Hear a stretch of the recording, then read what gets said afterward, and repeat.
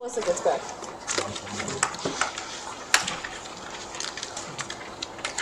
You should go home.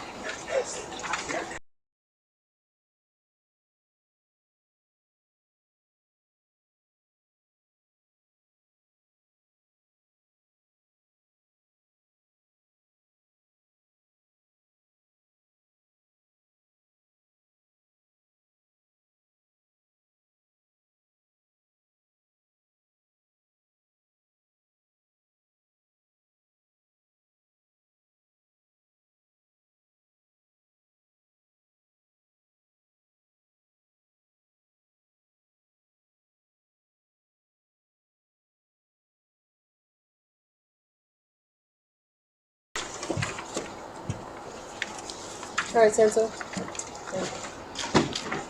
Good evening, everyone. Can I please call for a motion and a second to reconvene the public meeting? Motion? Second. All in favor? Aye. Aye, motion carries. Can we please stand for the Pledge of Allegiance, followed by a moment of silence to honor our servicemen and women? I pledge allegiance to the flag of the United States of America and to the republic for which it stands, one nation, under God, indivisible, with liberty and justice for all.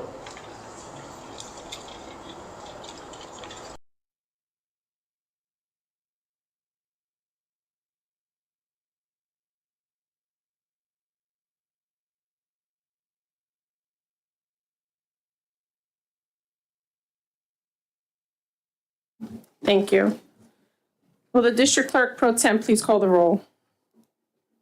Mr. Spencer. Present. Isn't this working?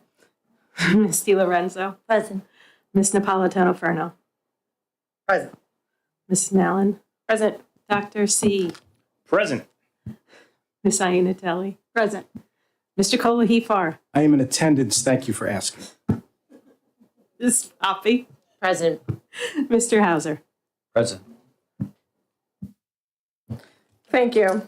Can I please have a motion and a second to accept the minutes of the September 24, 2024 meeting? Motion. Second. Any questions? All in favor? Aye. Aye. Motion carries. So today we have a very special young lady in our audience. I'm going to let Ms. Sosa and Ms. Neckin speak to her bravery. If you guys want to just.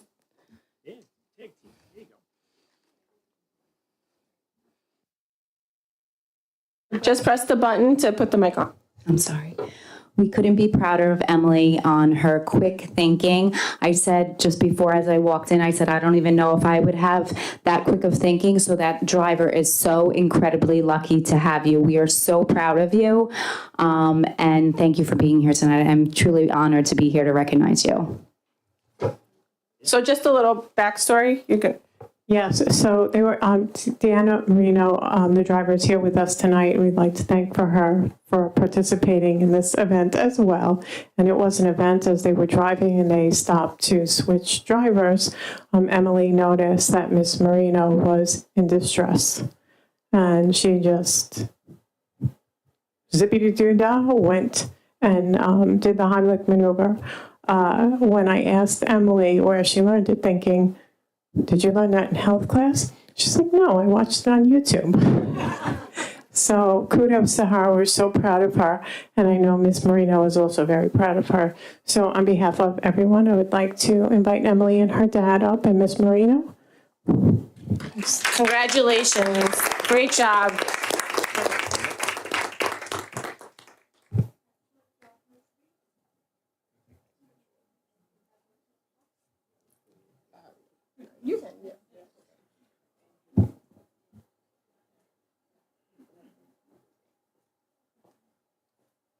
And how amazing of you to stay calm under pressure and do that. That's amazing. Great job.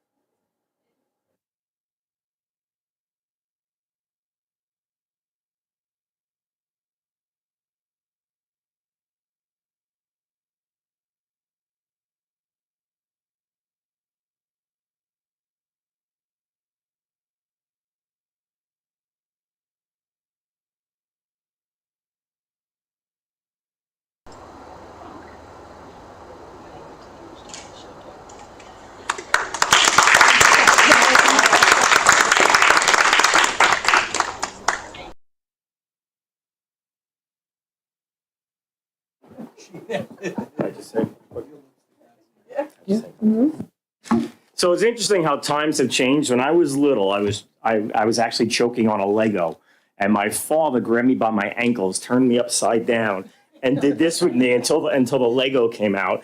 So obviously that had a happy ending, just like this did. But it's wonderful to see how our young people can rise to the occasion. And I'm here almost a year and a half, and we've honored several students over that time, being able to do just what you did, Emily, being able to think quickly on your feet and rise to the occasion. And while you might have learned this off of YouTube, I do know that we've done a lot of great training through phys ed and with security, with both staff and students on all kinds of intervention and first aid. Quick thinking, and look at the difference you made, and we're very proud of you, and great job, congratulations. And right, keeping you cool, calm, and collected, absolutely. Thank you. Yes, thank you. Great job. Okay, I will now open the floor for the first open public comment portion of the agenda. I will call individuals forward one at a time.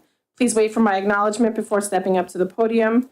You should have received a number card from security on your way in. If you have not, please see a security guard in the back of the room. Any person wishing to address the board shall address the board president. Comments should be kept as brief as possible and relate to school matters only. Each person shall be limited to 3 minutes for one or more topics.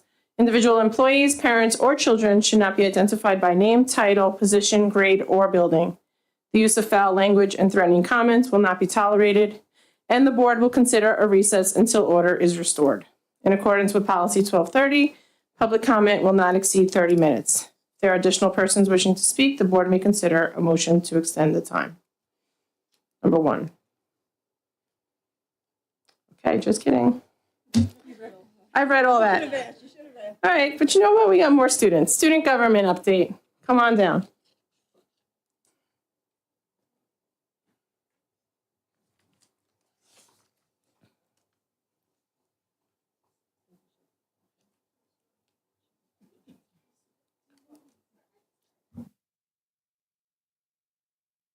Hello, I'm Michaela. I am one of the Board of Ed reps from the high school. Today I will be talking about the senior class trip coming up. We have a meeting on November 4th at 6:30 where packets will be distributed and all information necessary will be given. Packets are also in Mr. Simmons' office and online able to print. I just ask you, do you know what time the meeting is? 6:30 p.m. Sorry if I missed that. It's okay. Hi, my name is Thomas. I'm also a student government rep. I'm going to talk to you guys about Safe Halloween. Safe Halloween is going to be held on October 26th, and our informational meeting is going to be held in school on October 10th. The fee to get into Safe Halloween is going to be $5 per child and a non-perishable item. I think that's about it. All right, thank you. Do you have the times for Safe Halloween? It starts at 12 and it's going to end at 2. Thank you so much.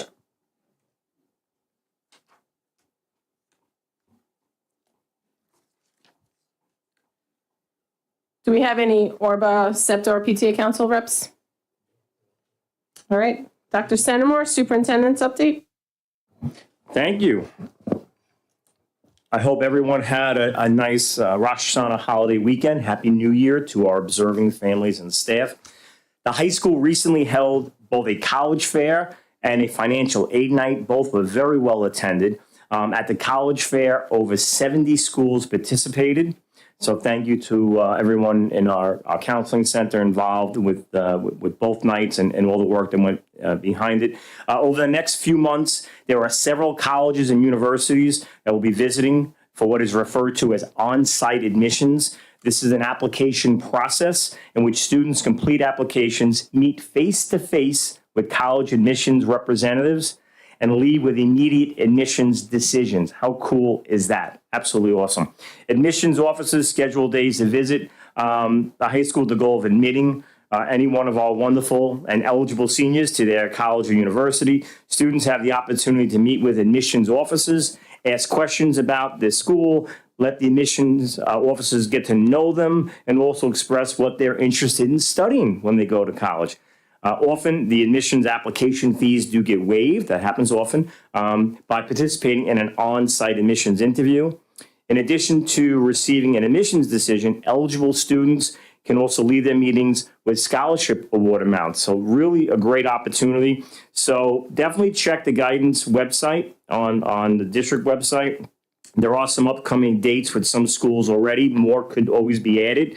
You have November 8th, SUNY Brockport, December 4th, Hofstra University, December 6th, LIU, December 11th, Malloy University, December 12th, NYIT. And the guidance department is also scheduling weekly college visits. So certainly look for that information as well on the website. You know, this has been an initiative of the district. We're trying to enhance it. And so certainly in terms of colleges, please keep an eye and thank you for everyone involved with that. Last week, the Tri-M Honor Society inducted over 30 new members. Very exciting evening. And now both of our middle schools will be holding their Tri-M ceremonies next week. Later in the month, we have other departmental honor society ceremonies and the high school National Honor Society induction ceremony as we continue to recognize our students' outstanding academic achievement. And speaking of which, I just was informed today that Connecticut High School on the AP Scholar Honor Roll for the 2023-24 school year. So congratulations to our students and staff, of course, our supporting families. Ms. Poppy, any little tidbit of information we could add to that? Very exciting news. Just a little bit about the AP School Honor Roll. Connecticut High School qualified for recognition on this honor roll in 3 different categories: college culture, and this has to do with the number of AP level courses that students have enrolled in and participated in; college credit, that's for students' scores on those AP exams; and college optimization, and that was actually our highest scoring indicator, and that has to do with the number of students in the graduating class who turns in high school. So those 3 indicators together combined give us a place on the AP 2024 School Honor Roll. Hey, you're right. Yeah. Again, congratulations. I do know that we're going to be planning presentations for the board, the public in the coming months, similar to what we did last year. We're going to be doing it with student services, special education, but also elementary and secondary programs as well. So maybe when we have the secondary night, we can incorporate this, and there may be some more information, and just so people understand, this is really a great accomplishment. We offer tremendous programs and opportunities, certainly in all schools, all levels, but especially at our high school. Thank you. Dr. C, don't we invite those students? Are we going to be inviting the AP students who are, I guess, the ones that had the 5? Didn't we have that, the scholar? I'm not sure what. I believe that's in June, where we do the perfect scores on Regents and APs, right? We did. So we've moved that recognition Not the perfect AP score. around. Yes, we've moved the recognition around over the years. So maybe that's part of our discussion as we're planning those curriculum presentations. Traditionally, we've recognized students who've earned 100 on Regents exams and scored a level 5 on an AP exam. If you recall, I think we moved that somewhere mid-year last year, but we can certainly revisit that kind of as we go. This distinction is a whole building distinction, so it's not a specific student. It's the types of opportunities that we allow for our students to participate in, and the students who actually choose to accept those types of challenges. Do we give the students who do have the 5 AP? That's what I'm saying. I think the AP Scholar, we give those, don't we? Do give them? We do, yes. So the College Board will reach out to us and give us our students who have earned particular distinctions on their AP assessments, and we do celebrate them. I believe that we've invited them to board meetings in the past, but we certainly typically have a photo op with Syntax, and we publicize their accomplishments on the website and social media outlets. Great stuff. Obviously, our district is renowned for not only its academics, but also our focus with health and safety, wellness. United We Stand Drug-Free Week is the week of October 21st. And, I appreciate all the efforts that, our various committees across the district. It's an important awareness, and again, that's the week of the 21st. You heard from our student government reps in terms of, Halloween is a great time of year, but safety is always a significant focus with Halloween. And it's just wonderful that our high school students are able to serve, as they always do, as wonderful role models and mentors, and with an event like Safe Halloween. Just to reiterate what was reported earlier, Safe Halloween, Saturday, October 26th, from 12 noon to 2. And obviously, that's a big theme for the month of October. Certainly as we advance into this month, there's going to be lots of pumpkin patches and trunk or treats for the elementary schools. So be sure to check the district calendar for, your school and when those events are taking place. A lot of excitement. Rumor has it the superintendent has already ordered his costume for Halloween when he visits the elementary schools. So no, I'm not going to tell anybody what it is.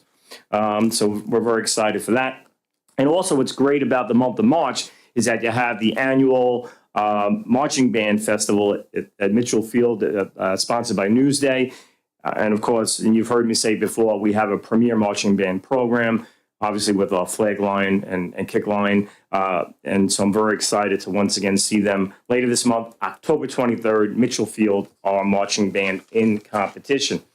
We're facing another nice long holiday weekend as we mark both Columbus and Indigenous Peoples Day. And for those observing, also please have a reflective Yom Kippur. As always, we thank our PTA, our SEPTA, our Orba, our athletic boosters, our Rotary and Civics for all that they do for our students, staff, and community. Thank you. Thank you so much. So now we have Board of Ed committee reports. The first one we have is the Emergency Management Committee. I will start with that one. So Jackson and I sit on that committee. There's a lot of sensitive information that gets held at that meeting. So all that I will say about it is that security monitors proactively addresses any concerns that we have so that they ensure the optimal security of our students and staff. I can't really share much from that meeting. The only thing I'm going to add to it is a district-wide thank you to our security. Like I've said many times before, we have the best in the business, hands down. But what we can do around district to help is make sure that we keep our doors locked, make sure that we are not doing whatever with magnets, something that I had heard about. So first and foremost, please, I am really asking that everybody make a concerted effort to make sure every door is locked, and especially it's the number one way to keep our students safe and our staff. Thank you. We have the Policy Committee, Ms. Anatelli, Ms. DiLorenzo.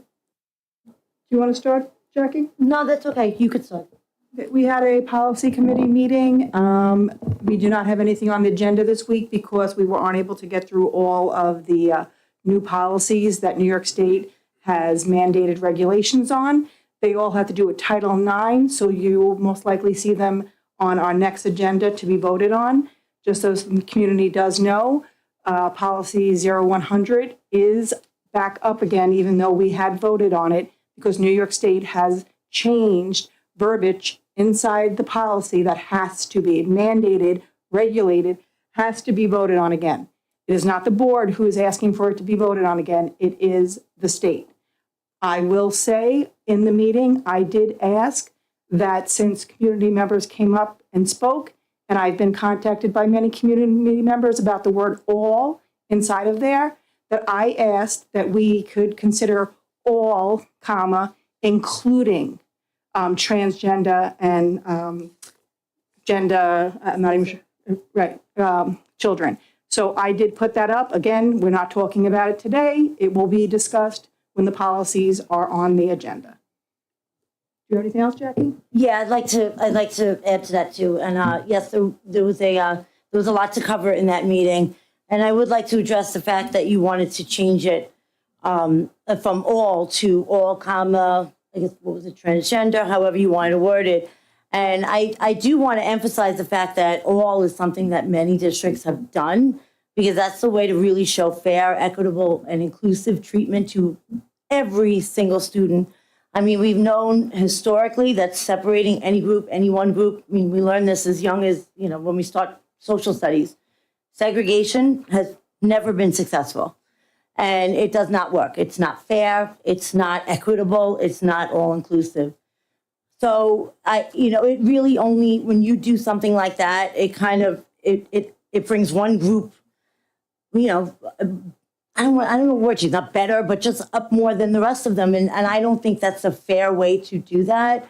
You do that, then the next group says, well, what about us? And then you got to add them. And then what about us? And then before you know it, you have, 20-page thing just listing every single thing, which is why, by definition, all is all inclusive. I do want to comment to say that I do think that as a district, we should really be cautious about setting that kind of precedent with putting a group. I mean, look, if this was all, including straight children, I'd still say no. Just say all. Because you really don't want to highlight one group above another. We don't want to start that precedent. I have to go back to, and I understand Marisol was speaking for herself, but I completely agree with her when she said, I think it was at the September 10th meeting, when this was questioned by the one community member, because as far as I know, it's only actually been one person, the same person, for the last few meetings that's come up. And what Marisol had said was our purpose was to encompass all children and not to diminish the transgender. And I absolutely 100% echo what Marisol said. I completely agree with her. So when that does come up again, I know that policy is not on the agenda now. If it's changed and it's altered in any way from saying all, I'm an absolute no to that. If it remains all, then fine. But I'm not going to elevate one group above another. Not going to. I'm going to put in, I 100% agree with you. And the reason I have said this is we keep talking about equity, inclusivity. We've said this over and over. All equals everyone. The word all in itself is inclusive to all. To segregate one group or two groups or any group takes away from the word all being inclusive. If you look it up in the dictionary, it actually gives you the explanation as inclusive. Much like the email I sent, I just want to be careful because the reason that this group was outlined, and like I said in an email I sent, and again, I said it at that first meeting when we voted, I was okay with the first language, but I was also okay with all.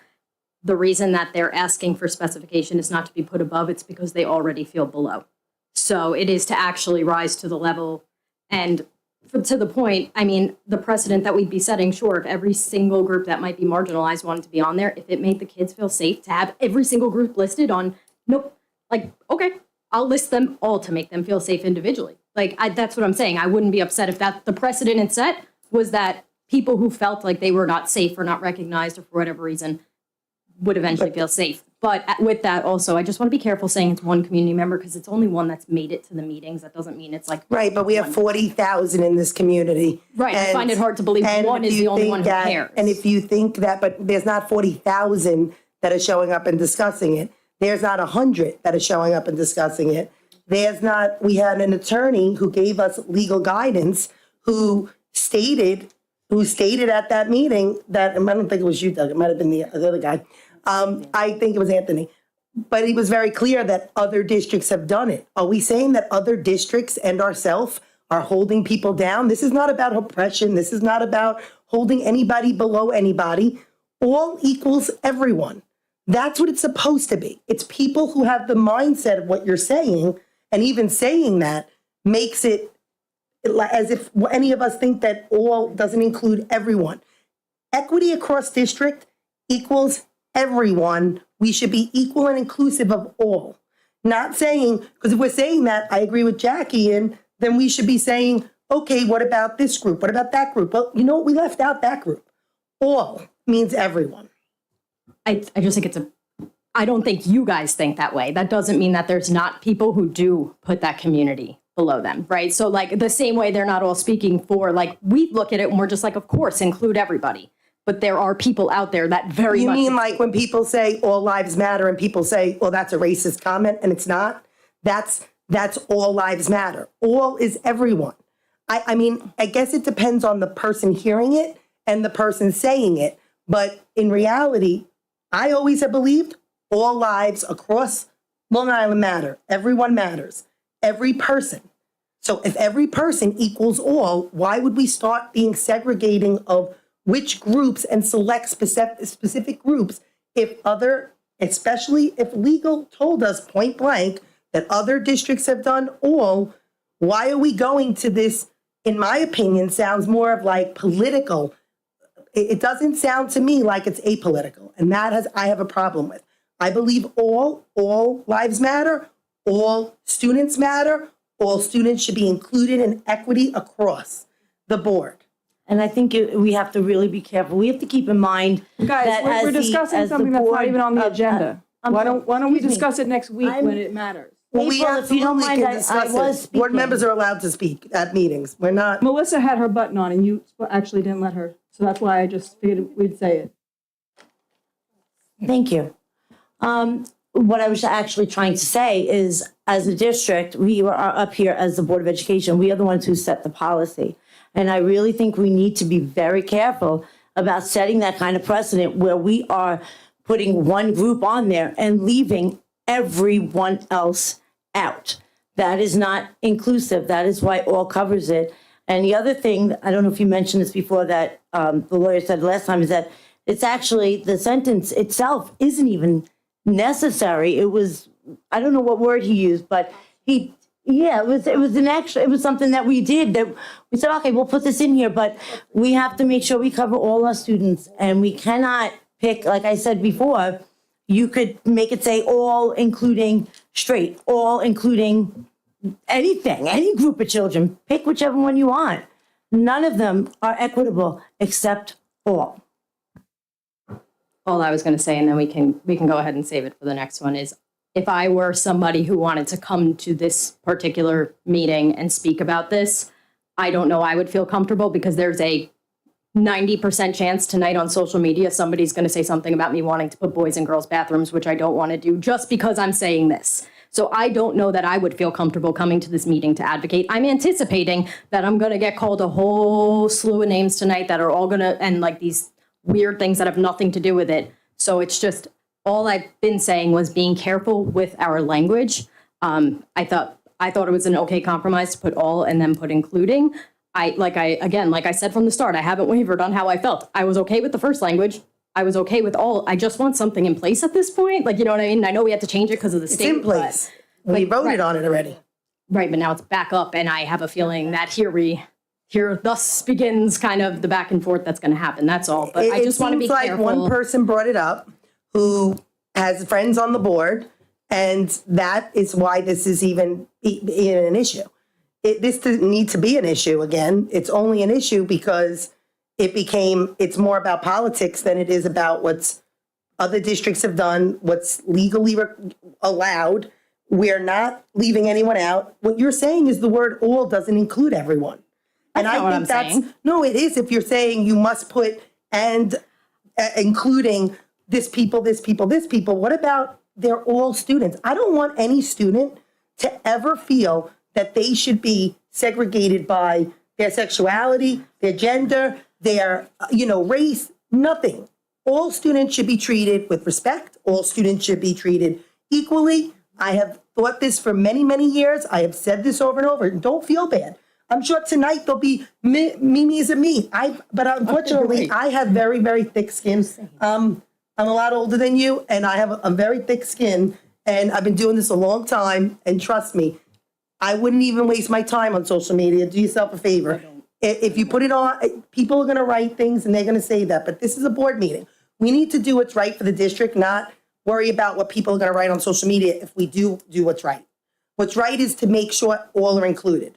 If you put including a certain amount of different specific people, from whether it's sexuality, gender, race, what you're doing is you are reverse racist. It is. It's actually It's a matter of opinion. Wait, so I'm just gonna say we're gonna save this to see what the state comes down with, and when the policy comes back on, and we'll have the discussion at that time. Thank you. Board of Ed topics. Desi Strong, Ms. Napolitano-Ferno. Desi Strong, exceptional program that they run at the high school it's actually, I believe, ran at all of our schools. They do all sorts of Desi Strong, but I attended the high school volleyball, excellent tournament for Desi Strong. Just gonna pull up what I have here. It's the program, every day is a great day, a day we can appreciate all the things that we get to do. Desi Strong was a man who was a teacher in Sachem. He coached here and helped here, and he has his family here. He was diagnosed with stage 4 kidney cancer. He embodied that we get to outlook and realized how important it is to have a strong mind and strong body. It is an exceptional program that I got to witness and watch kids who really came together. You want to talk about all students coming together from all walks of life so that they could make posters, make banners, raise money. These kids raised over $3,800 at a tournament on one day, and I know the girls did it too. So you're talking about, this is what they did at the high school that I actually attended. It was an incredible program. Thank you to the Desi Foundation for always coming back to Connecticut and having our students get to do this. Our thoughts and prayers are with your family, and we really thank Matthew Desi Strong for all he did to bring this to Connecticut, to bring this to Sachem, and really to bring this across Long Island. We talk about positive mindset. This is an amazing program that truly touches hearts and lives of all students. Thank you. Community wellness, Ms. DiLorenzo. I know I'm bringing this up again. I've been talking about this for a long time because it is such a wonderful event. But I wanted to bring it up again because at our last meeting, I know that we had discussed the possibility of maybe alternating between the library and the high school. And I know, Jackie, everything that you always advocate for our students. And, as far as being such a tremendous advocate for security, you're also huge with mental health. So I know even when that discussion was happening and we were talking about that, I know exactly what was coming from. But I do have to say, I do believe that the library is the best place for it to be every year. The location is incredible, not only just because it's right here next to central office, it has that location right next to the district, but the road is such a main road. And the library being such a place that is offering information, that's what it's all about. This event is to offer information to people that may need it, whatever it might be, whether it's from sports or a mental health professional, whatever it is they might be. It is an event for that, so I am still advocating for it to remain at the library. And I know, Jackie, you advocate so much for literally everything. But I gotta disagree with you on that. I do, because I think the library is just the best place for it. But I will say, I know we have something in May at the high school, and I'd be interested to see what else we could do with that to grow that. Because why not use our high school? It's a beautiful building.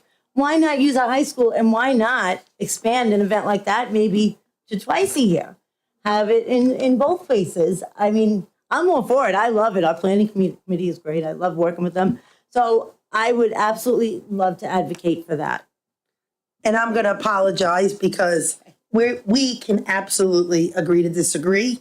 But at the same time, I actually, in hindsight, understand I would never want to have the library think that I want to remove something that they have done so amazing with.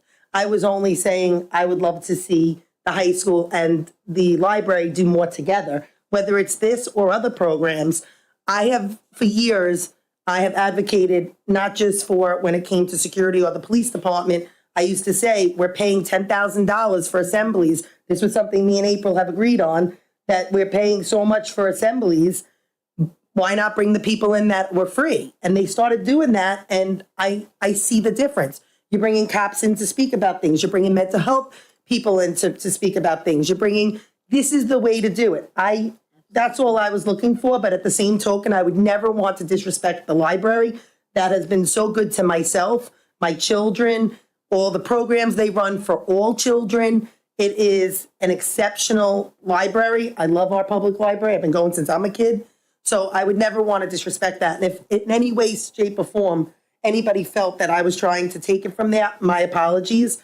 I just would like to see something so wonderful also in the high school as well. So maybe, like you said, it's something to grow the one in the high school, but still do the big one at the library. Thank you. So now we have Sequest, Ms. DiLorenzo.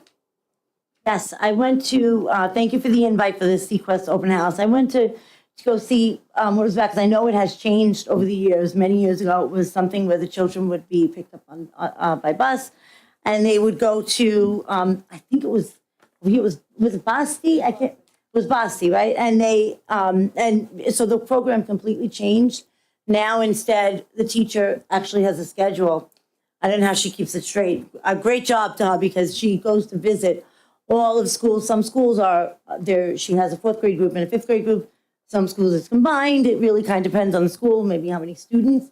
And it looks like it's really going to be a fantastic program.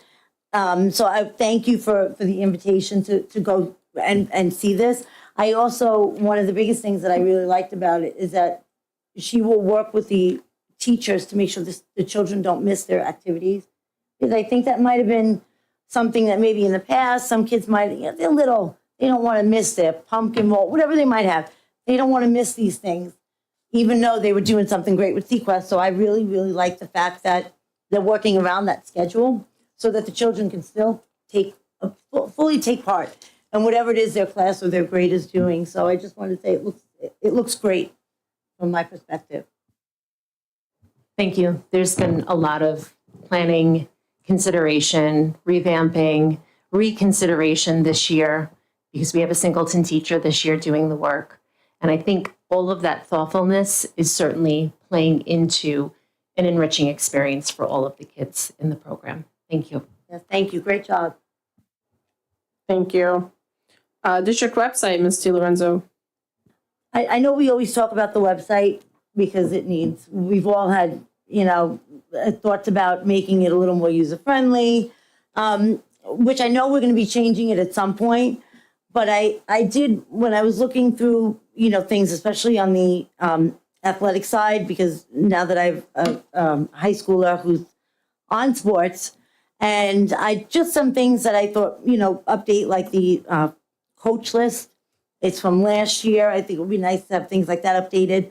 And the other things, which I believe we got an email from a parent a while back about having the actual scores, an update on our website of the scores, so people know the standings. And I know that stuff is on the Section 11 website. I'm like a technology person, and I'm not too crazy about navigating that website. I don't know. I can't seem to find things on there. I think it would be nice if we could somehow incorporate that information a little bit more upfront. But one thing I did notice that I thought was really great that I wanted to highlight in case parents didn't know this is that we do have a YouTube channel for just ConnectWatt Athletics. You put that in, you can subscribe to it. And the athletic games in the main gym are live streamed. So that I think is fantastic that we do have that going. But maybe just some other things to just bring that up front. Our kids work so hard, and it would be nice to just share that information a little bit more out there on the website for the parents to see. So I agree. And I think at the last meeting, we had discussed putting the coaches on the athletic tab on the website. So the coaches, there is a coaches list that reflects updated coaching staff for the high school. And I believe as you scroll down, you can see some of the older coaches lists. Yeah, the middle school ones you're for this year are referring not to. on there. They're not. Just the high school ones for the fall. For the fall, Are on right. So there. we Yeah. can certainly have that added. Absolutely.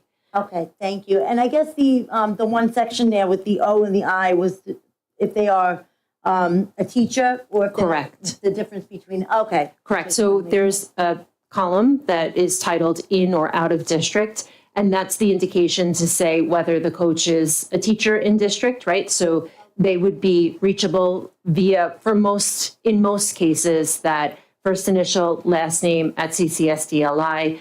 And for those individuals who are out of district, you may access them in a different way, and maybe that would come, through the coaching staff in terms of that level of communication. Of course, should there be any concerns in that direction, Mr. Mallory's office can also certainly point people in the appropriate direction.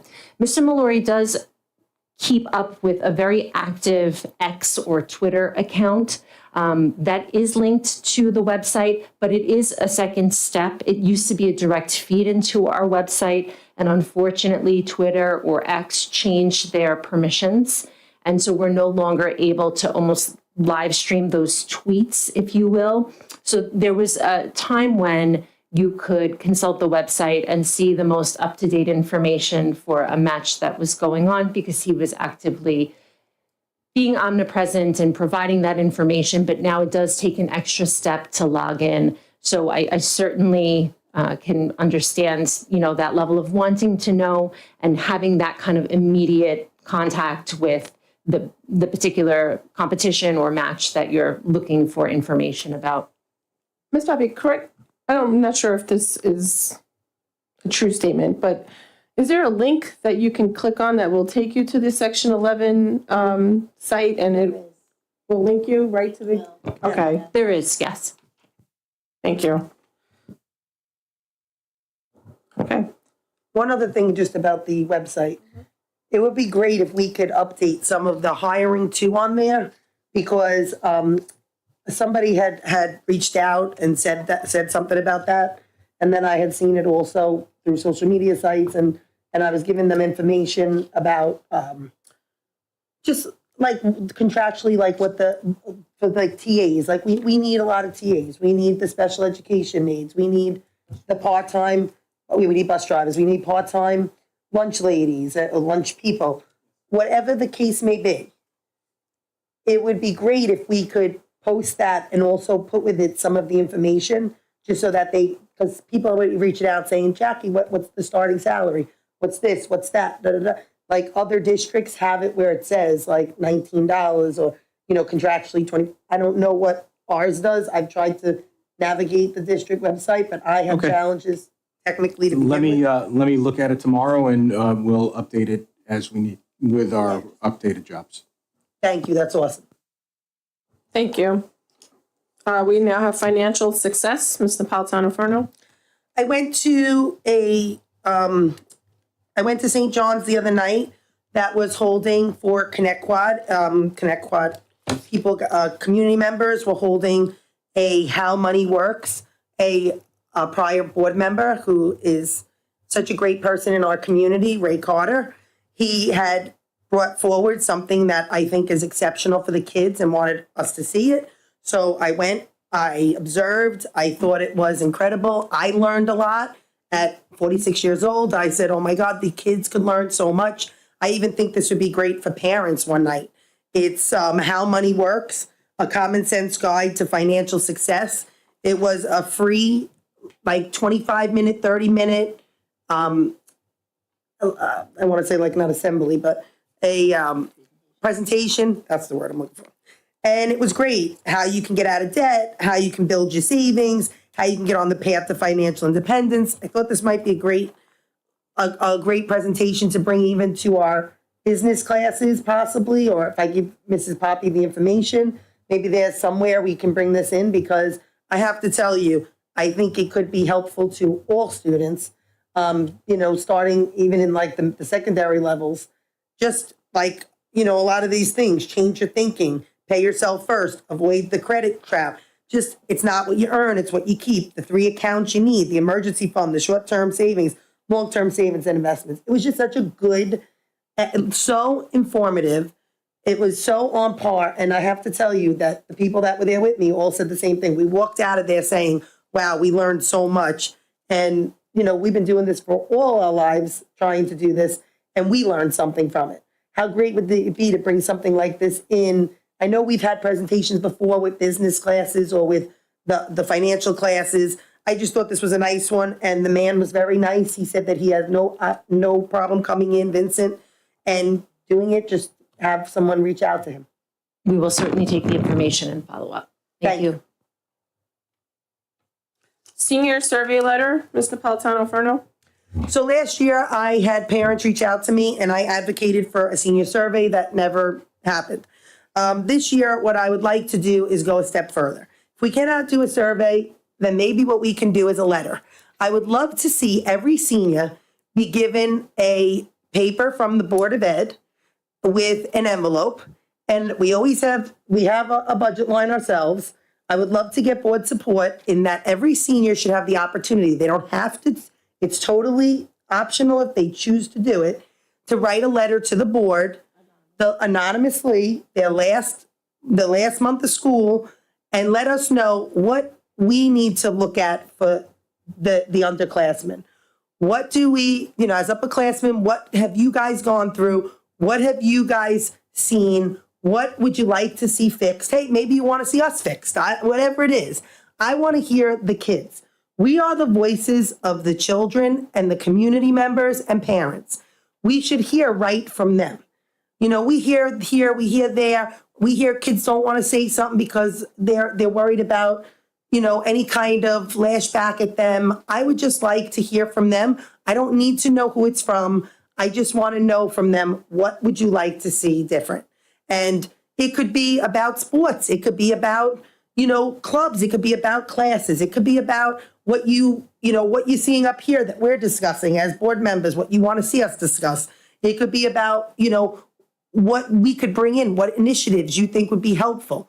Whatever you feel has gone on in your, years of schooling, I would just love to hear from the kids themselves. And I do feel like the ones that are leaving have the most to offer, being that they've already been through all the grades and they're leaving the school so they don't feel like, hey, if someone gets this letter. And by the way, when I say something would be anonymous, I have never, ever given up anything someone has told me as a student or where it's come from. I want to just read it from them. You want to write about one of us? Be my guest. I whatever it is, I want to read it and I want to hear it from the kids. What can we do for this district from a child's point of view, from a young adult's point of view, to make it better? I think that's actually a really good idea because we are here to represent the parents, the kids especially. That's what that's what everybody is here for. We're all here for the kids, but we were elected to represent them. And I actually think that's a fantastic idea to keep it, especially keeping it anonymous, so they could feel, write whatever you want, a club, sports, or like you said, you want to write about us, go for it. We want to know because that's what we're here for. We're here to make every single student's experience the best it can possibly be and to help them on the path of the most success. So I think that's actually a fantastic idea to do that. I would support that. I would like to say to the community, the students, everyone, that I hope that they wouldn't wait till their senior year or their ending of the school to reach out to us. I would hope that any student, if you see something that's a positive, you see something that's a negative, that you feel comfortable enough to reach out. Doesn't matter if it's a letter that's anonymous or if you email us, contact us in any way. I hope that everybody feels comfortable enough to let us know now in the moment if something's going on that they would like us to address. Again, positive or negative. I would 100% support the initiative of hearing from the seniors, the students, anonymously. We could provide the envelopes. They could be inter-office, the central office. We can get them to us somehow. I would definitely support that initiative. I think that's great. I think that to April's point, I agree with you that people should reach out and they should feel like they can reach out to us at any time. But I also think that we have to be honest, and there are a lot of people who are afraid to come forward because they're afraid. I mean, this, like how many times people have reached out to me and been like, oh no, Jackie, you can't give my name up. You can't give, and I mean, I've never had, but that's something that people need to realize.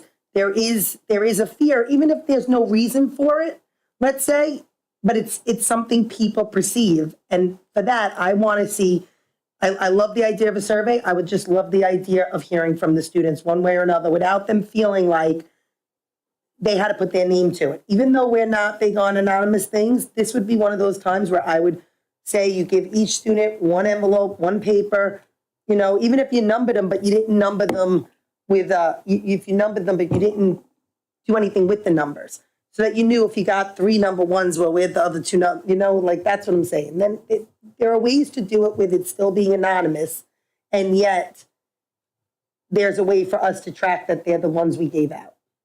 So I'm hearing two things, and I really want to be careful and make sure that we differentiate. This sounds like a board initiative. I know we only heard from, well, maybe 4 board members, and, you know, I understand that the board may want to put this in place and play this year in terms of some feedback from our seniors who will be graduating. I think feedback in general is always a good thing. I think a big thing will be the structure and how it's worded. I caution that we're blurring the lines between getting feedback from our seniors with the potential concern, maybe the potential cultural issue in Connecticut, where people feel like they can't go through the chain of command. Chain of command, what does that mean? You know, I've referenced it a couple times in my tenure here.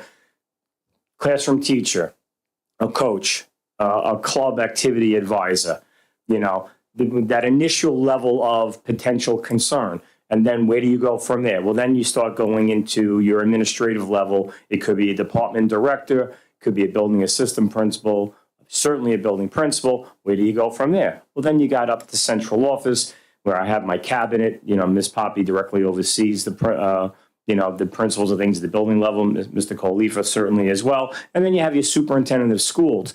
One of the things that I've been learning in my year plus, getting close to a year and a half, is that sometimes there's this lack of comfort with going through that chain of command. And so if that's a real thing, it certainly is a perception out there, and I recognize it. I want to be very clear that one of my goals with our district is to change that together. I want everyone, students, families alike, to feel comfortable speaking with a teacher, speaking with a coach, speaking with an advisor, then speaking at the department building level, then taking it to the central office level, and then finally taking it to the board level. Certainly certain situations may require a quick A to Z. I understand it can be those extreme situations, but I just don't want to blur the two. So again, I'm going to encourage everyone, you know, the 40,000 strong, 5,300 students strong, to, you know, reach out at that local level, which is, again, teacher, coach, advisor, and then work up that chain of command with concerns. Let's talk about them early so we could address them, all right? In terms of the board wanting to have an initiative to get feedback from seniors, I know there are some school districts that do that. It could be a wonderful idea. It's all about the structure. And then anytime you collect data, and feedback like this is a form of data, there becomes another expectation. What are you going to do with that data? It's anonymous, which is fine. You're going to get some beautiful things which are going to make people proud. You're going to get some things that are going to make you shake your head, probably bring some tears to your eyes. And then what do we do with that? You know, how does that inform our decision making? And then what are our reactions to that? So this is, if this is a board initiative, I will help in any way I can see it through, but there will need to be a certain structure and process to it. All right? Well, Thank you. see, here's the thing. Last year, I asked for the senior survey that parents requested, and we did nothing with it. So this one, I'm going to keep hammering home for every board meeting till we do it, because we should have done some sort of survey last year. If we're talking about, and I'm just going back to this, if we're talking about worrying about changing verbiage on a policy we already voted on, and that's from one person coming and speaking. I've had several people reach out, and we already know this, about a senior survey. It isn't something that it is done, like you said, in other districts. And their data, what I was told from other board members from other districts, they use that data going forward to professional development. Where do we need to spend our money for professional development? Maybe we need to move the money here where we're doing really well over here. Maybe we need to have, retreats. Maybe we need to have this. Maybe we need to have that. But whatever it is, we need to know where the holes are. We need to know where the problem areas are. We need to know where do we have to focus? Because like you've said to me once, the board is looking down at 30,000 feet from the sky on what's going on in a school district. But we don't know what's going on. And I feel like with the seniors, isn't that the best place to go to get, they've matured, maybe they've already used self-reflection and said, you know what? While this wasn't a good thing that happened to me in, I'm just using a grade, 7th grade, 8th grade, you know what? When I got to 11th grade, I kind of understood why that happened. And I look back and maybe I could have done something different too. I feel like there is a different maturity at the senior level where you also may not get as negative as you think you're going to get. You may get a lot more positive. But at the same time, if you're asking them, hey, where did you feel things needed to be a little bit more? You might get a lot of good feedback. I've heard it from other districts, and I would like to give, our seniors that kind of level of respect to say, hey, I want to see this. And if it works this year, it should be something that you guys continue every year, even when this board is gone. I was just waiting for everyone to finish. I'm here for it. The only thing I'm going to say is I wouldn't be until we had like a really locked, airtight system in place for how this is going to happen, because we'll have one shot to blow it on like an anonymity thing, and like the whole thing is done. So the way I'm thinking of the layers to that, it might not, this way of doing it, I don't know about a survey, might not happen like this year. I think we have to do like a really good amount of planning if we want to make this a potentially long-term initiative. But I think also like kind of like before we were talking about being careful with what making sure our expectation from anybody is clear on what comes on the other end of this letter, right? Like not setting a precedent that says like, okay, if you wrote this in your senior letter, then like the next board meeting it'll be addressed. We just need to make sure it's like everybody knows exactly this is really like a feedback mechanism. It's not necessarily an action plan, and making sure that we have a surefire way that if we're going to say it's anonymous, it needs to stay that way, or else we'll never get it off the ground. But like, as long as we have it all outlined, I think it's great. I'm all for feedback. I love it. So that was my understanding of this initiative also. It wasn't like, oh, Mrs. So-and-so gives so much math homework, I wish she would give less math homework. I don't think that was what I had in mind when you spoke about it. It was like, oh, we did this in business and I think it's great. I think we can enhance it by providing this, or I think that the language program could really benefit from bringing this initiative in, or I think the language program is great. Like whatever it is that you see in a whole within the school, not, oh, I wish I would get less Spanish homework, like not that. That's not what I was thinking. And as far as the anonymity, like I was thinking in my mind, in my brain, this is how I saw it, as simple as you give all the seniors a piece of paper, they write, they seal it up in an envelope, goes in a box, and security could bring it to central office for the board when we have our next exec. I was just thinking how I was mitigating thinking. for somebody doing 7 letters and slipping it in the box. Because like I know what you were saying with the letter system. Why is there 3 number ones? Right. But that's why, like, what we've done in the past, when I've done anonymous, when we've done things like this at my job or something we put numbers on them, but the numbers don't go to anything. They just go to, it's like an envelope, no number on the outer envelope. The inside has a piece of paper with the actual, heading or whatever we're asking. Like saying, hey, guy, like it should be something written from the board. You do it like a piece of paper, and attached to that paper, like us wishing them well and asking them if they'd like to, participate. It's totally up to them. They don't have to. They can throw it in the garbage if they feel like it. It's really up to them. If they feel there's something that's worthy enough for us to use for the future to help those that are coming behind them, I think that's a great thing. It's a good tool, but you just have to do it in a way that they don't feel like that you're going against the anonymous, being anonymous or not.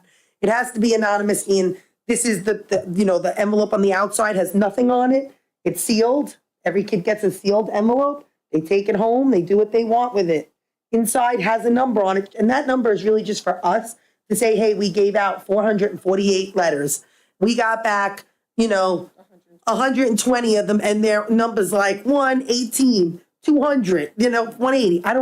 But we know we didn't get 18 number ones and 18 number two, you know what I mean? That's the way to say, and again, could they go home and mom and dad write it? Hey, yeah, maybe, but that's my whole thing is I'm okay with, I want to hear from the students. I want to hear from the parents. I have no issue. I want to know we are supposed to be their voices. How can you be their voices if you really don't know from a 30,000 view above what's going on, you know, and what they've been through. Some kids might be able to say, like you said, hey, I took this class and I never take it again because, you know, it didn't help me the way I thought it was going to. Maybe you need more of this. Maybe you need, like the kids who've said we need tutoring. Maybe you need more tutoring in this kind of class. You know, I would take this class over that class, you know, like things that we can work on, especially, and you know, if they do talk about people, and like I said, it should be more about professional development. Where do we need to add that? Where do we need to move it? Because I'm sure, listen, we're not perfect. The board needs professional development. I'm going in 2 weeks for it. Everybody could use professional development to some degree. Thank you. Anybody else, anything? Okay. Can I please have a motion and a second to approve the financial matters, items 2 through 6? Motion. Second. Any questions? Yeah, I noticed on the, once again, I know we had this back in, maybe it was, I think it was August 27th meeting. The claims auditor report. Which, number 4? Oh, yeah, I'm sorry, number 4. Yes, the claims auditor reports. And I know we had, let me bring it up here. This had happened, and I know that the meeting where I mentioned it was August 27th, which is after the dates that are on here. But I do see, again, there's things where there were voided checks and purchase orders after the invoice date. So I'm hoping on next one, we'll see maybe nothing on there, that, you know, that we have everything just a little bit more buttoned up on there, because I noticed that this was on here. There were like 5 items. August 2024. Thank you. All in favor? Aye. Aye. Aye. Motion carries. Can I call for a motion and a second to approve the instructional and non-instructional personnel items as presented? Motion. Second. Any questions? No. All in favor? Aye. Aye. Can I call for a motion and a second to approve items 2 through 11 of the consent agenda? Motion. Second. Questions on any numbers? Yeah, number 9. Yep. Oh, I was just about to, And then I'll have one. Nice. Yeah, I think we all had number 9. Mr. Hauser, would you help us with number 9? That is the Resolution resolution regarding the transfer to the reserve funds. Sure. So back at the June meeting, we had the board approve a resolution, which I'll call it a best guess resolution, because the books had not been closed for the school year as of that meeting. But we asked the board to approve an up to amount that can be transferred into each of the reserves based on the results of the audit. So this past week, we had a conversation with the auditor, the managing partner, Jill Sanders, who's been with the district for a number of years, going over and reviewing the results of the 2023-24 school year. And for the most part, to stay compliant with what's called this 4%, the unappropriated fund balance, which is really just accumulated, I'll say, surpluses year after year with the district. We're down to about $1.8 million, just over $1.8 million was the actual surplus amount for operating the district. And the auditor is recommending, okay, with the board's approval here, that at the bottom of that resolution, if you follow it down about 2/3 of the way down the page, you see there's a line TRS Retirement Contribution Reserve Subfund, $738,586.01. And then the line right below it, Employee Retirement Contribution Reserve, $1.1 million. So that is where the auditor is recommending that we transfer the surplus funds back to those 2 reserves instead of where we had originally requested back in June. So we're just isolating the reserve. The surplus is not as much as we have been having in prior years, so we're just keeping it down to two reserves now. And by Go ahead. transferring to these 2 reserves, does that affect the taxpayers at all? I don't want to. That's a tough question to ask. does it affect the taxpayers at all? We certainly have the option, okay, the board has the option at any point to take surplus monies and I'll say refund them or return them back to the taxpayers. We typically don't do that any more than we have already allocated. Like example, for the current school year, we're appropriating about $5 million in our unappropriated fund balance. If we were to allocate or return more monies to the taxpayers, that might not be the most prudent decision going forward here. You know, we're trying to have budgets that are sustainable year after year and not have these ups and downs. You know, Mr. House, let me just interject because these conversations, we get into a lot of detail during the budget development process. And one of the things that we have to do as a school district is we have to guesstimate the tax rate, and we don't find out really from, in our case, town of Islip, that until September, October. One of the things that we talk about during the budget development process, and we may want to have this conversation sooner than later now, and I believe at the next board meeting, the auditor is here to officially present the closing of the books. Correct. Okay. I think it would be helpful if even if there's only one visual, if we see the recent history, let's say 5 years, whatever. I would go back at least a year before COVID, the pandemic, to look at I'm going to use the layperson's term, savings account. You have the reserves and you have the fund balance. It's the savings account. And so where has the savings account of the district gone during that cycle, 5, 6 years, whatever it may be? You're going to see a downward trend. All right. And so that's something that, in terms of our fiscal oversight, that's one of our primary responsibilities. It's a shared responsibility that we have as a cabinet with our Board of Education. We have to carefully monitor because we do allocate into the budget. We reallocate the savings. So that's the impact on the taxpayer, that we're taking money that we came back and we're then putting it back in because we're saying our expenditures are here, but our other revenue sources are here. But don't worry, we're going to balance this budget, which we're required to do by law, by allocating money out of the savings account. The goal then, when the books close the following year, is to hopefully recoup that money and you keep having this cycle. We got money back, we put it in. Hey, it's okay, we got it back, we put it in. What you have to be careful of is a trend that is continuous downward cycle. And this is not Connecticut alone. This is New York State. This is Long Island. Okay. And I think at least as part of this, with the closing of the books, to have at least one visual, and it's a good precursor, even though we'll have a little lull, the holidays, as we go into the budget development process, which this year is going to be very interesting. I'm just going to use the word interesting right now because I don't have the crystal ball. You've heard me speak in the past, a little worried about what they're going to do, meaning the state with the foundation aid formula and how that's going to impact districts like Connecticut on top of all the other mandates that are big money mandates like electric buses. I know I keep harping on that, but it does have a fiscal reality. So these are very good questions.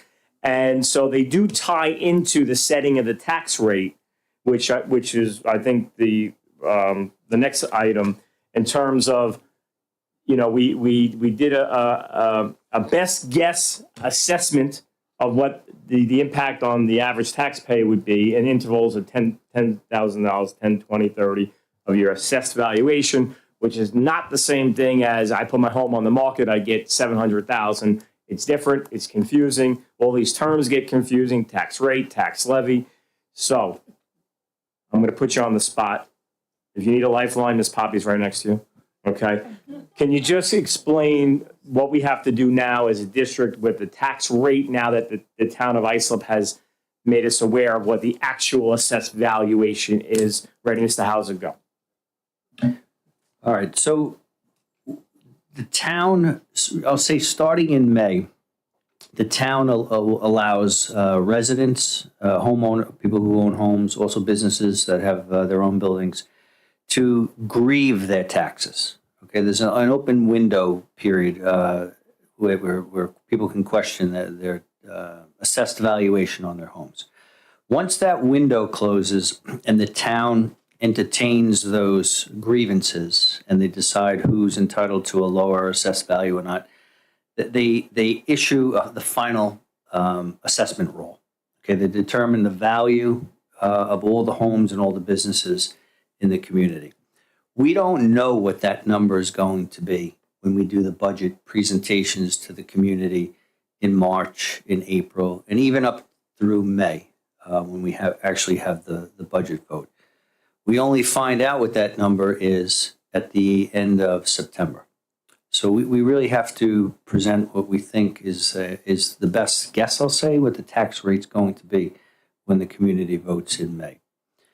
So now that we know what that number is, the town has advised us that the actual total assessed valuation in the Connecticut School District has gone down. A little more than about $2.5 million it went down. This is assessed value, not fair market value of homes and all.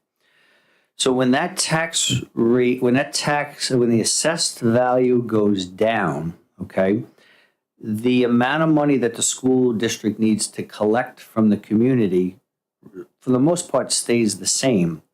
It causes the tax rate, okay, that fractional calculation, it causes that tax rate to go up, okay?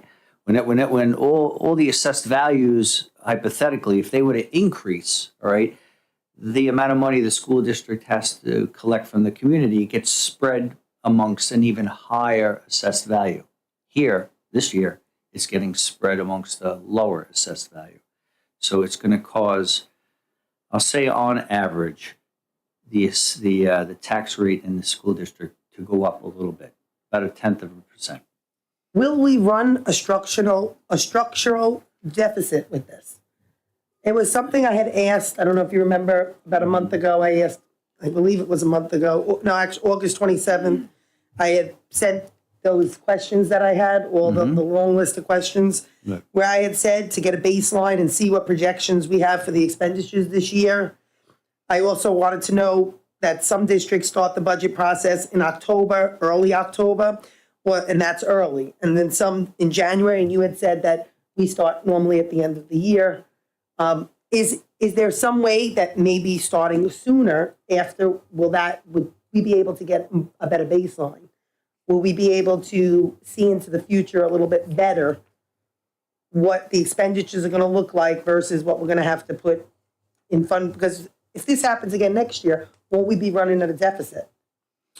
So I just want to be careful with that word deficit, and especially when we say structural deficit. I mean, our budget and most school budgets, for the most part, the amount of money we spend is more money than we, in a sense, collect from the taxpayers. And so we have different levels of income funding that come in. We're never, in this district, in my knowledge, has never been in a deficit position where we spend more money than the total amount of money we take in. We're not ever close to that situation.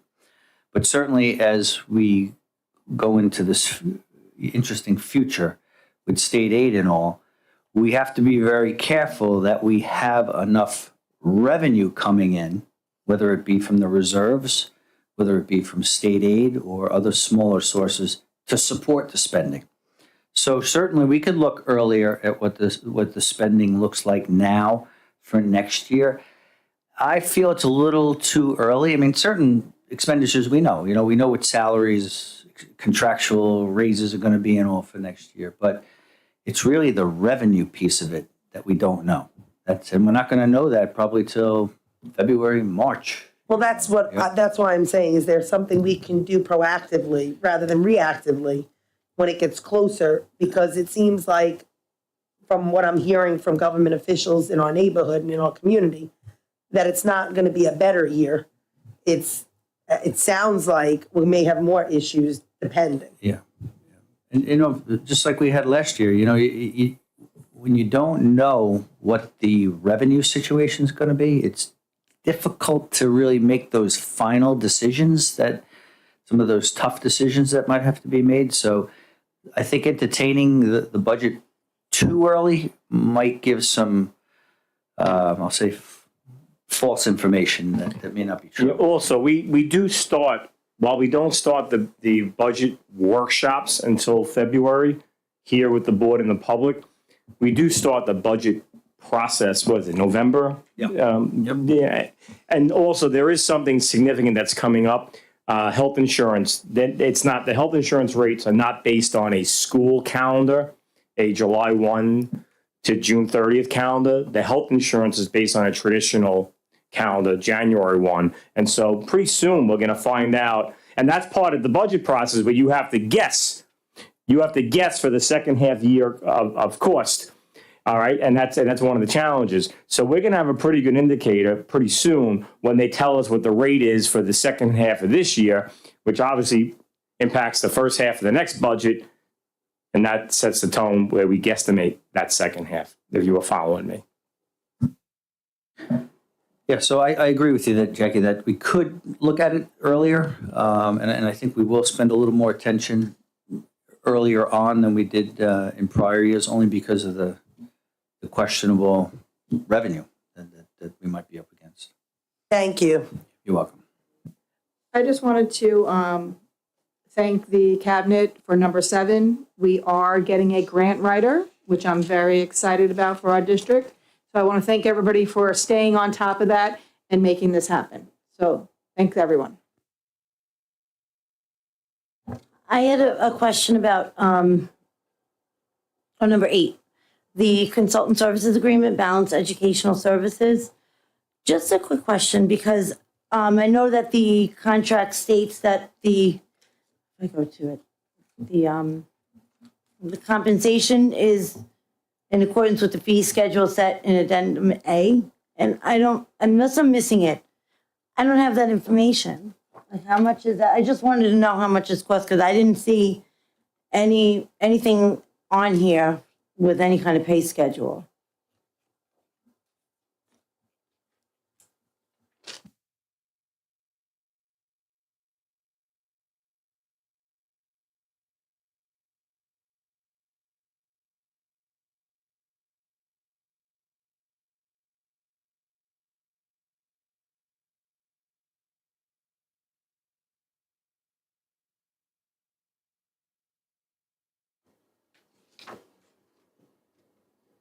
Mrs. DiLorenzo, do you see?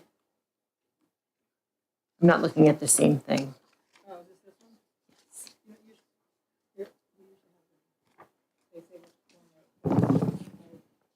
So there's an appendix noted, but it's not visible here. Unless I'm missing it, but I couldn't find it on here.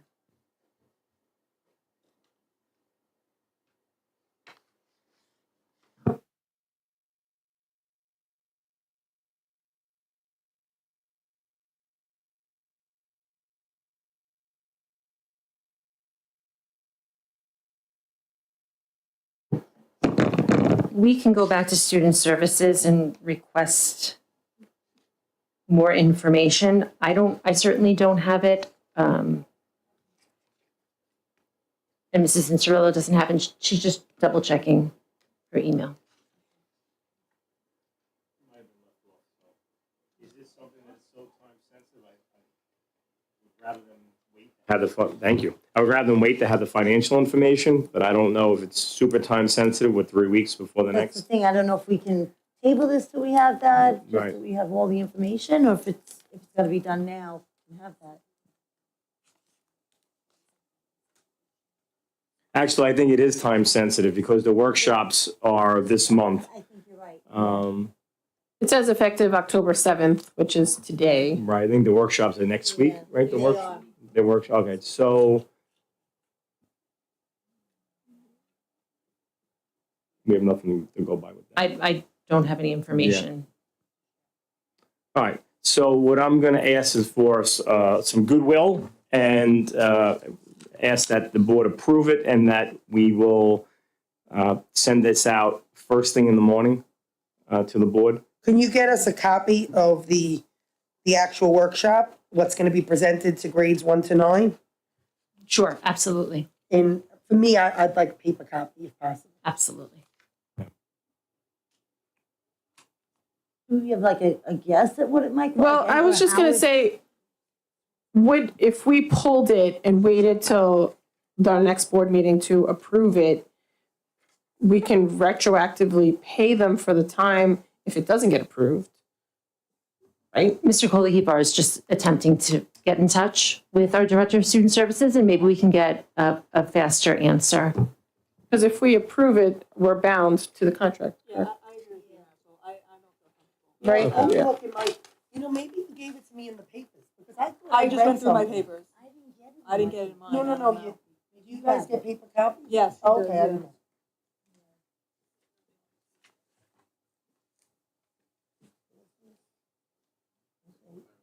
But, yes.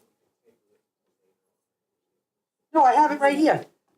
I have it It's right. not I have attached that, to look through it, it's not, money. there's no pay schedule on there. Oh, the papers, okay, no, I was looking more for the curriculum. Yeah. I don't know if it's helpful, but there's an agenda from January, that same place for 2 customized workshops, including all travel expenses. It was $3,850. Same place, Balance Educational. So I have some information Okay. from Mrs. Pisani. Our Director of Student Services is indicating that this is for 21 distinct assemblies for grades 1 through 9, cost at $700 per assembly, for a grand total of $14,700. What does the assembly consist of? I believe it's anti-bullying. Yeah, it looks like bully prevention. It's bullying prevention, correct? I just would like to point out that Jack's, like she just said, we get a lot of this for free. We have to really start going that route, like to constantly pay people to do this. I mean, we know I'm not on board, Jack's on board. I think the whole, like, we're trying to save money here, not keep on spending it. And the fact that some of our, units think that this is always the avenue to go, we really have to get out of that culture of thinking. We really have to start remembering we can get this for free. And why grades 1 through 9? What happened to 10 through 12? They don't need to have anti-bullying workshops? There's no bullies in 10 through 12? Pull this for a separate vote. Yeah, I personally would not, I feel comfortable voting when I have the curriculum to look at. I tend to things like this, when something's for free and you say to me, they're gonna do a presentation and we can go to some of them to see them, it's nice. When it's something that's this expensive, I like to at least have something tangible to read and look through to say, is this something that is going to be a quality program for students to learn from? And like April's saying, is it something that we can get through another avenue at a lesser price or for free? Yeah, I'm going to be honest.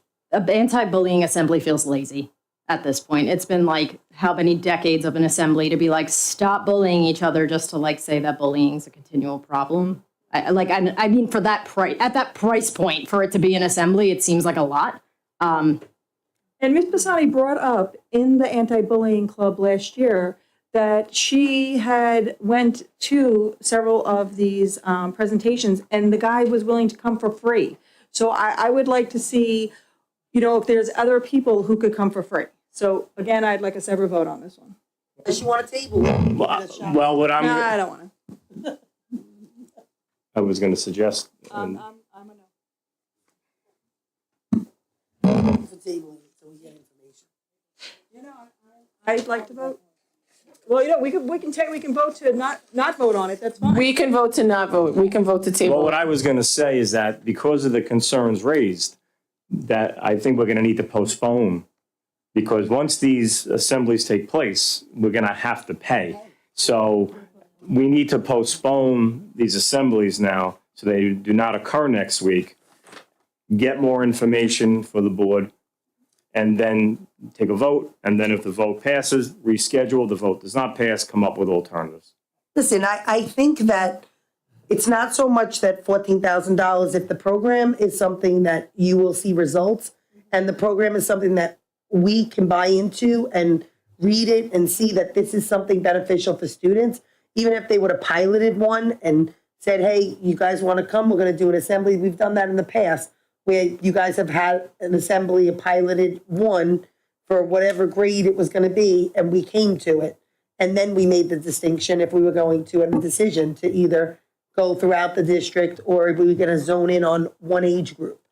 That might be a way to look into it too. I'm just saying at $14,000 for anti-bullying, do I think we have a bullying problem at Connecticut? Yes. Do I think that we should address it? Absolutely. Do I think that we should make sure that this is the way to go with it? Yes, before we spend taxpayer money like that. Jackie D, I want to thank you because I did miss this. So thank you for pointing it out. Yeah, good job, thank you. So I'm gonna call for another motion. Can I have a motion and a second to approve items 2 through 7, 9 through 11? Motion. Second. All in favor? Aye. Aye. Can I have a motion? Oh, I wanted to, if, now that we approved it, can I Yes. just show something? Because we Oh, I love approved, this. Oh my God, part I of love our this. agenda was from the Connecticut Public Library. I just wanted to show this. This is a little potato. He's a positive potato. And this is actually an event that the library is hosting for the Great Give Back in October. It's actually 3 Thursdays in a row, October 10th, 17th, 24th. No registration required, and you can, the blurb is you spread a little positivity while crocheting this cute potato with a message. Amy Saccio, who is a Connecticut grad, will show you how. Please bring a size F and G crochet hook. You can look at our newsletter to see it. And we are now going to be we just approved it to donate these to our libraries for our children to take. And they are absolutely adorable. This little guy actually says, I may be a tiny potato, but I believe in you. Go do your thing. And I think it's so perfect, and he's adorable. I'm going to leave him right over there. I want you to know that I have a little one. We have the little one. Dr. C, I think you were there. I have the little one in my car right now. It's like very tiny. It was from Mrs. Pisani. Mrs. Pisani had a gentleman come in, and we each got one in the classroom at the high school for one of the, do you remember for one of the programs? I have it in my Amazon card right now. Oh, no, but she gives them out. No, but she gave them out for free. The man came to one of the, I want to say it was one of the ones that I went for you. It was actually your committee. And I said, do I get to keep this or do I have to give it to Marisol? And she said, you can keep it. It's a tiny potato. I have it in my car. Very nice, thank you. It's adorable. Yeah. Can I have a motion and a second to table consent agenda item number 8? Motion. Second. All in favor? Aye. Aye. Does anybody want to speak for the public comment before I say this all again? No. Can I have a motion and a second to adjourn the meeting? Motion. Second. All in favor? Aye. Have a good night. Have a good night, everyone.